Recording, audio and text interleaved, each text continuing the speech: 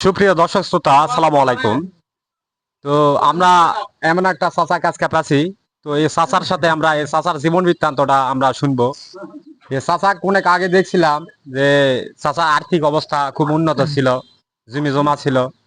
But কি কারণে চাচা এখন মানে এই পথটা বেছে নিল, এটা আমরা চাচার মুখ থেকে শুনবো। চাচা, তাহলে আপনি তো আগে অনেক অর্থ সম্পদ ছিল, হ্যাঁ, জমা জমি ছিল, আগে অনেক আমোদ ফুর্তি করেছেন। হ্যাঁ। বর্তমানে আপনার এই অবস্থা কেন, এটা না শুনবার পাচ্ছি। এই অবস্থা কি জন্য হলো? হ্যাঁ। বেটাটা মরে যাওয়ার পর, হ্যাঁ। বেটা মরে যাওয়ার পর ভূগোলে দুই বেটা আসে। মানে আপনার বউ করা? চারটা। মোটে চারটা? চারটা। আপনার চারটা বউ। প্রথম বিয়া করে করছিলেন গ্রাম। গ্রাম, সেটা কি হলো? ভাত খেলে না, ছাড়ি দিন। আরেকজনের সাথে হ্যাঁ, বেড়া হয়ে গেছে। তাক সম্পদ কত দিলেন? 33 শতক জমিতে তাক মানে ইয়া করে দিলেন। তো তারপর দ্বিতীয় বিয়া কোটে করলেন আমরা। আওরা, তো ওটার কি হলো? মারা গেল। মারা গেছে, ইস। মারা যাওয়ার পর ওই ভূগোল বিয়ে করলো। তারপর ভূগোলেটা কি অবস্থা?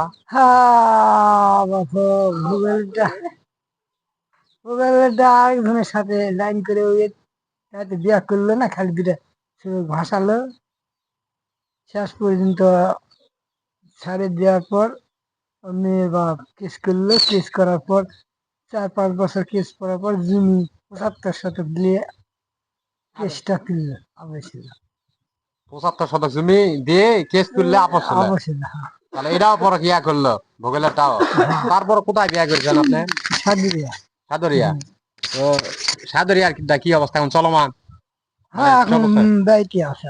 এর ব্যবহার আদি আপনার সন্তুষ্টজনক নাকি? হ্যাঁ। হ্যাঁ।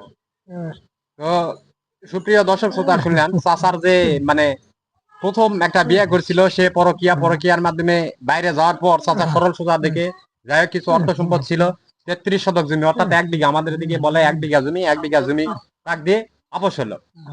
তো দ্বিতীয়ত আবার বিয়ে করলো আওরাত। চাচার কপালটা ভাগ্যটা এতটাই খারাপ, সেটা আবার বিধাতার লেখনে মারা গেল। তো তারপরে বিয়ে করলো ভূগোইল, তো আরেকটা বিয়ে করলো, দুটা বাচ্চা না? দুটা বাচ্চা। দুটাই ছেলে। দুটা। তো দুটা ছেলে, সে দুটা ছেলে মানে সেই বউ আবার পরকিয়া অন্যজনের সাথে, তাই নাকি? হ্যাঁ। পরকিয়া করার পর সে তো মানে নাঙ্গের আশা ওই ভাতার ছাড়লো, কিন্তু নাং নিল না। না। তো এই অবস্থায় ঝুলন্ত অবস্থায় তাকে জমি দেবেন ইয়া করলেন নাকি? 75 শতক জমি দিয়ে অবশ্যই না। কেস করছিল 75 শতক জমি নিয়ে অবশ্যই আবেশ মীমাংসা। তারপরে আপনি বিয়ে করলেন কোথায়? সাদরিয়া। আর একটা এর বাচ্চা কাচ্চা কয়টা? একটা ছেলে আর দুটা মেয়ে। একটা ছেলে আর দুটা মেয়ে, তিনটা। তো সুপ্রিয় দর্শক শ্রোতা, শুনলেন তো চাচার মানে এই বাড়ির যে আপনার বউ আছে অর্থাৎ ওয়াইফ আছে, এক জমা জমি কত দিচ্ছেন? 60 শতক। 60 শতক। তাহলে আপনার মোট জমি কত? জমিটা আসলে 7.5 একর। 7.5 একর। এলা সব বউ দিয়েই শেষ? বউ দিয়ে কেসে পিছে শেষ। কেচে ফেচে সব শেষ। সুপ্রিয় দর্শক শ্রোতা, শুনলেন আপনারা চাচার জীবন কাহিনী। তো আপনার এখন জমি কত, মানে কতখানি আছে? না, আমার নামে আর নেই।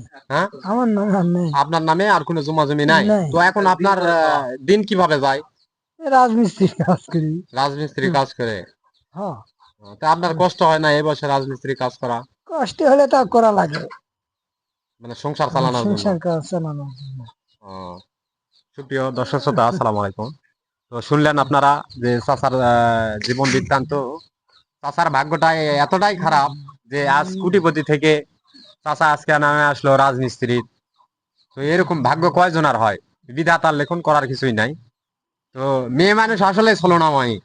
প্রথমে চাচার কপালটা ভাঙিছে মেয়ে মানুষে। হ্যাঁ। তো আপনি কি মেয়ে মানুষ বিশ্বাস করেন? না, না, আর বিশ্বাস করি না। মেয়ে মানুষ আর বিশ্বাস করেন না?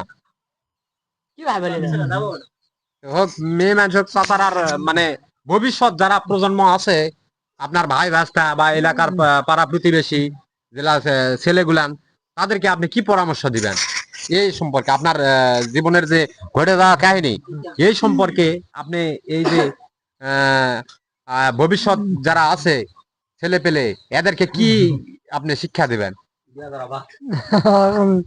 বিয়া শাদি করার বাদ দাও। না বিয়া শাদি করা বাদ দিলে কেমনে চলে? বিয়া শাদি করবে তার কি করতে করছেন তার কি একটা উপদেশ দেন এই সম্পর্কে কিছু বলার আছে আপনার? না না না আপনি যে শিক্ষাটা পেলেন এতগুলান বিয়া করে এই সম্পর্কে কিছু আপনার বলার আছে? না আমার আর বলার কিছু নেই। এরকম মেলা করা যাবে কি যাবে না? না না এলা আর করা যাবে না।